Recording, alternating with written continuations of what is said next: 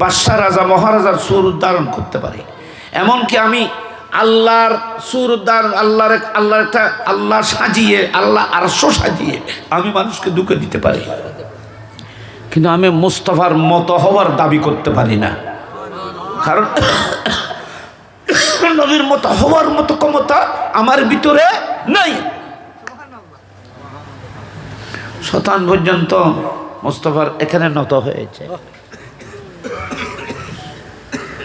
শতানুর নবী হচ্ছে ও আর নবীর দরবার মধ্যে একদিনে গেই শতান হজুর মানুষের শুরুতে একবারে গেই হজুর আয় আমার কাছে সেজি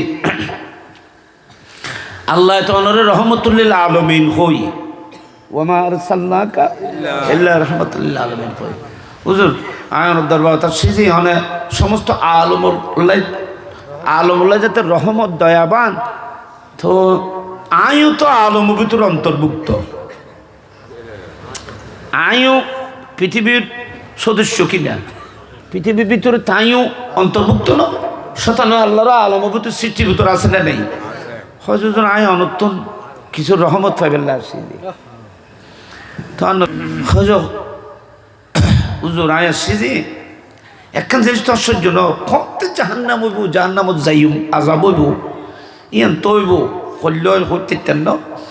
কিন্তু এখন সকাল সকালে ফজরত আরে ওগো সোয়ার মারা হয়, একটি আঘাত করা হয় আমার ডান পাশে। সূর্য যখন ডুবে আমাকে বাম পাশে আঘাত করা হয়। হুজুর এই ডুবো বিকালে এই ডুবো ৭৪ সূর্য নয়।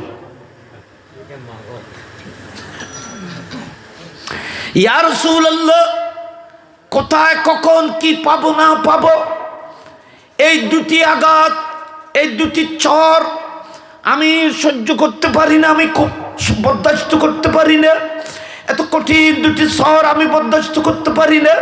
আমি আপনার দুয়ারে এসেছি গোটা বিশ্বের জন্য, যেহেতু আপনি দয়াবান রহমতুল্লিল আলামিন ঘোষণা করেছেন, আপনি আমার জন্য একটু দোয়া করুন।